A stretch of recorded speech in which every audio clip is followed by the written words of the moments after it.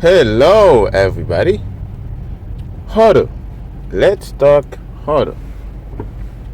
Toxic talk. PieCover here. From the past couple days, I couldn't make toxic talk for Monday and Tuesday.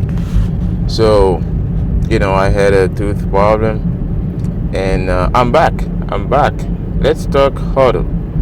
Hodl is basically a term that was created back in the days in Bitcoin culture, where somebody was drunk, and then when Bitcoin price dropped, and then this meme stays.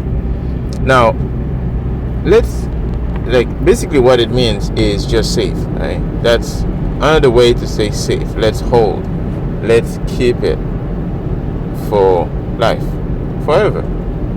There's no need for you to sell your Bitcoin, unless if you have really meaningful situation where you wanna, let's say, an unexpected situation, or maybe you wanna buy something. Yeah, it makes sense, right? I'm not advocating for just keep your Bitcoin, never sell, or never buy something with it. You should do whatever you want with your Bitcoin, right? But now I want to talk about a Hodl, like the saving part of it, right? Because first of all, Bitcoin is a saving technology, right? So it's save, it's hold your value, your time, your energy, across time and space, and also censorship resistant. Right? Nobody can steal it from you, and it's there. Now let's look at other areas of Hodl, right? Because most people think they can generate yield on Bitcoin, right? So I don't want to sell my Bitcoin. Let me hodl my Bitcoin. I'm gonna give it to a platform to make my Bitcoin work, put my Bitcoin to work. That's the most donkey thinking way you could give your Bitcoin keys, right?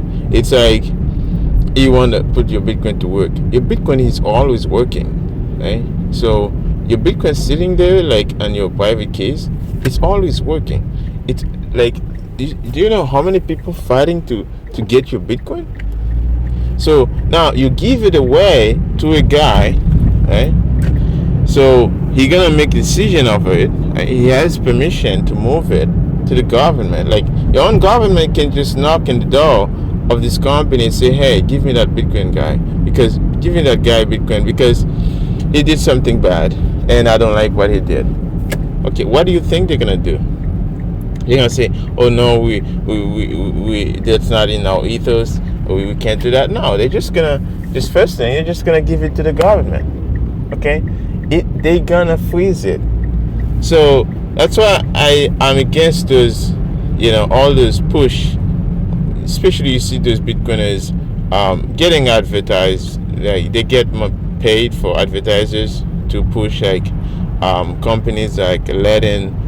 And back in the days, back in 2020, 2021, they used to push Celsius, right, and BlockFi.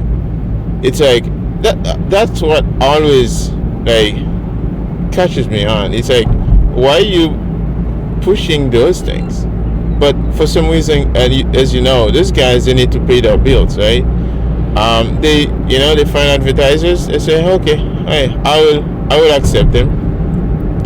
But for me, I won't take any of those advertisements. Okay, so because it doesn't match my incentives.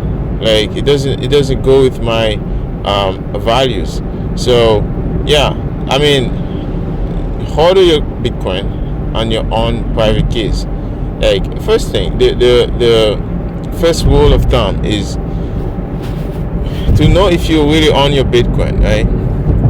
Is ask yourself at any second, any point of time, can you move that Bitcoin to your wallet, right? And without restriction, without time delay, without anything, can you move that Bitcoin from this address to that address? Can you do it? If you can't answer this question, then you don't own it. So Hodl, yes, that's why you need to find a strategy to Hodl. Now, too many people think Hodl, like, they complicate it. Like, they try to make so many multi-sig, and they lost it, and trying to make it complicated. So many addresses and all those things. It's like, man, like, the easy way is the smart way. Okay, the easy way is the smart way. You don't need to overthink it. Don't overcomplicate it. You're gonna fuck it up. Okay, so like mixing up and all those things. You know what? Just keep your Bitcoin and save it. Okay, just save it. Don't just hold it. That's it. To own it.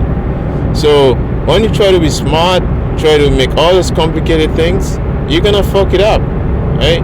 So yes, so keep it simple, right? If you could just hold it and just get a small ledger, right? A ledger Nano S. You don't need a Nano X, okay? It's the same thing. It's the same fucking thing. You just get your keys. It just give you the permission to sign the transaction. You don't need a expensive key or something. No, simple. Keep it really stupid simple. Yeah, there's so many other very simple wallets out there, hardware wallets, right? Just give it, and then, you know, like, let's say you have a few $100, right? Let's say you got 1,000,000 sats. You can keep it on a Moon wallet for now, right? You could, you know, send it back and forth, right? So until you have the money to buy a ledger or something, right? So Hodl. So, you know, so people think they need a lot of Bitcoin to Hodl. You don't need it, right? So, I mean, like, 1,000,000 sats will be way a lot for you to survive what's coming. 1,000,000 sats. Like, how many people do you know own 1,000,000 sats in your city? Not too many, right? Not too many. So this is a strategy here. The strategy is the dumb way is the smart way. You see? So the slow way is the fast way. So trying to accumulate, like, let's say $10 of sats, stack $10 of sats every day. That's a key here, right? So, and over time, the magic, you're gonna see the magic happen, right? When the price start moving. So, and have a long-term, you know, thinking, because you don't want to think short-term, because you're gonna get away along the way if you're thinking short-term, because you're gonna start selling, right? So, do you see how many people get wrecked in this bear market? They try to outcompete the market, trade, and all those things, all those silly things. I say, oh yeah, I can trade my Bitcoin for some altcoins, and then get and make some more Bitcoin, make some profit. Yeah, exactly. This, you know what's gonna happen? The Bitcoin price will drop, and then your altcoin gonna drop 10 times lower, or maybe 5 times lower. So, and then you lose all your Bitcoin. That's how it happened. It happened to like most Bitcoiners out there. So again, the slow way is the fast way, right? The dumb way is the smart way. So Hodl means you just hold it, you own it, right? You don't have to overcomplicate it. You don't have to overthink it. You don't have to do any of those things. Just own it. You just hold it. That's it, right? So yeah, it's just shock, like how many, like, it's just surprising to see like how many mistakes people are making, and they're still making it. They think they're smart. They're like, oh yeah, I'm gonna make my Bitcoin work. I'm gonna put my Bitcoin to work. Give it to a platform, like, you know what I mean? It's like, everybody say no, it's not the way. No, it's Bitcoin remove the need for like intermediaries, and the first thing they do, they go find a bunch of intermediaries to hold up Bitcoin for them. It's like, what? It's like, you know what I mean? So I don't want to say like they are stupid, but it's just like it just like think it like fundamentally, right? If you need it, like if Satoshi think, right, we still needed banks, right?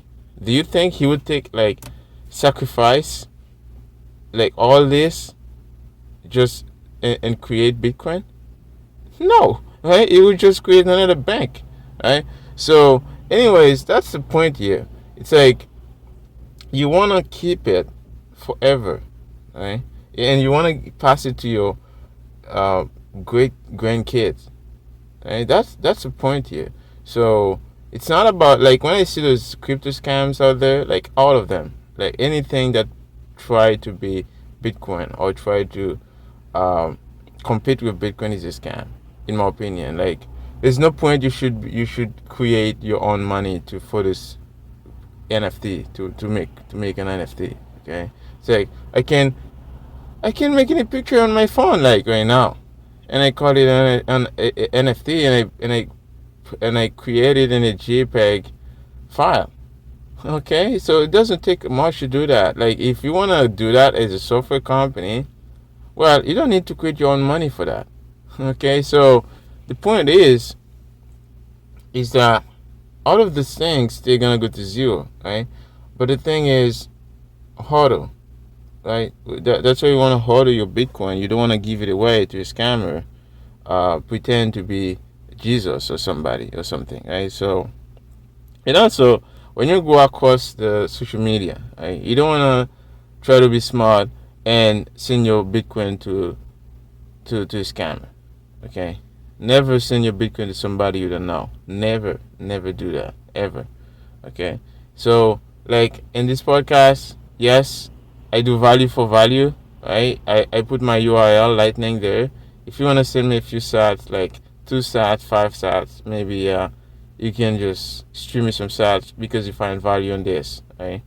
By the way, I never really find like a meaningful amount like of sats donated. Like it's a very few, um, but I still like it. I still enjoy it. Thank you for most of you who do that. But I mean, if you find value of something, yes, you find confident, yes. But remember, once you send your Bitcoin somewhere, you're never gonna get it back. Don't think you're gonna get your Bitcoin back. Never, right? So yeah, when you send it, you lose it. Right? It's over. So, anyways, this was the podcast Toxic Talk for today. I hope you guys enjoy. This was PieCover. So I just got into work here and I have to get in. So yeah, as you know, guys, I'm gonna start and then yeah, and call it a day. So I hope you guys enjoy. Please support the channel and the podcast. Right? You can lightning tip me some sats. Like just use my lightning URL there on tipping.me. So you'll find the link. You just send me some sats. And yeah, guys, I hope you enjoy it. And please, subscribe, like, and comment, and share the video. I'll see you again in the next Toxic Talk. PieCover.